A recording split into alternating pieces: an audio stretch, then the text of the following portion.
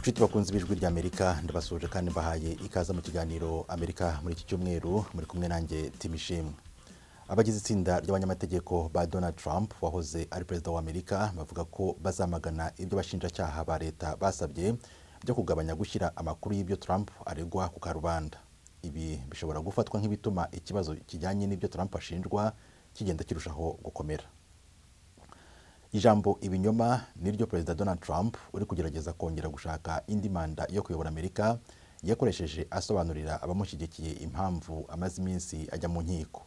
Aha yari muri Colombia muri Leta ya Carolina y'Amajyepfo mu mpera z'icyumweru gishize. Mu cyumweru gishize Trump yitabye urukiko ku cyaha cyekwaho cyo kugerageza gushaka guhindura ibyavuye mu matora yo muri 2020, amatora yatsinzwemo na Perezida Joe Biden.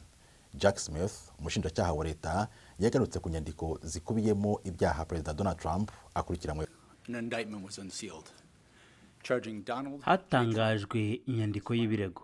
Donald Trump ashinjwa kuriganya Leta Zunze Ubumwe za Amerika, kugambanira no kwambura uburenganzira abaturage bwo gutora, ndetse no kugerageza kubangamira imikorere y'inzego.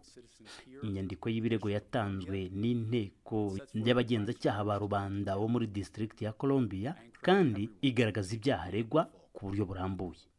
Ndasaba buri wese gusoma iyo nyandiko yose.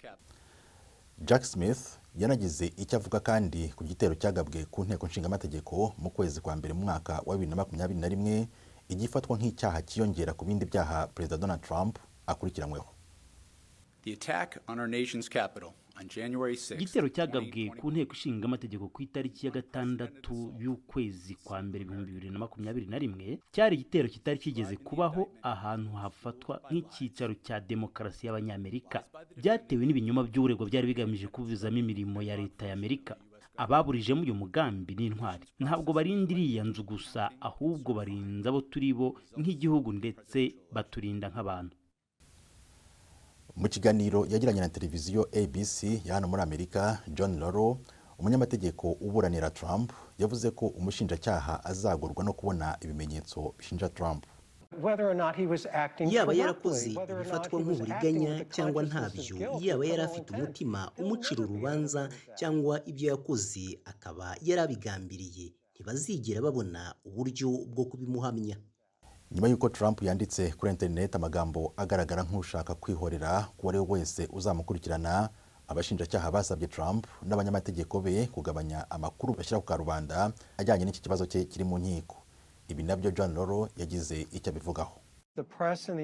Muri iki gihe cyo kwiyamamaza, itangazamakuru n'abanyamerika bafite uburenganzira bwo kumenya ibimenyetso biri muri uru rubanza.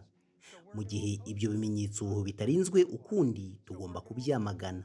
Wahoze ari Vice Perezida wa Amerika Mike Pence wifuza kuba perezida nawe ushobora kuzahamagarwa gutanga ubuhamya muri rubanza yasobanuye kuri CNN impamvu yanze ibyo abanyamategeko ba Trump basabye byo kuburizamo ibyavuye mu matora yo muri 2020.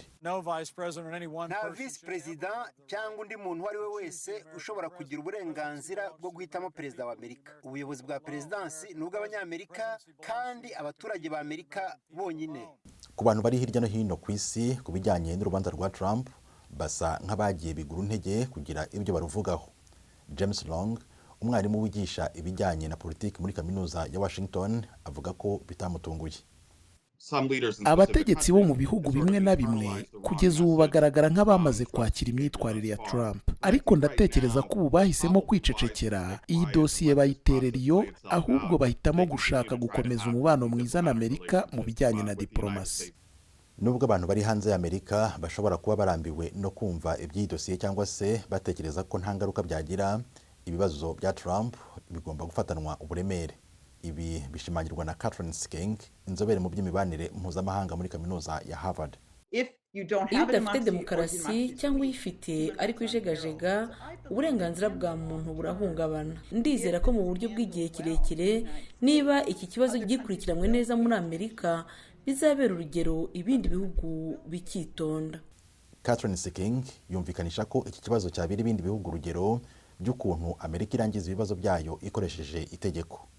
Aha niho ikiganiro cyacu cy'uyu munsi gihumurije. Ndabashimiye kandi mbararikiye gukomeza gukurikira ibindi biganiro by'ijwi ry'Amerika. Mwari kumwe nanjye Timishimwe.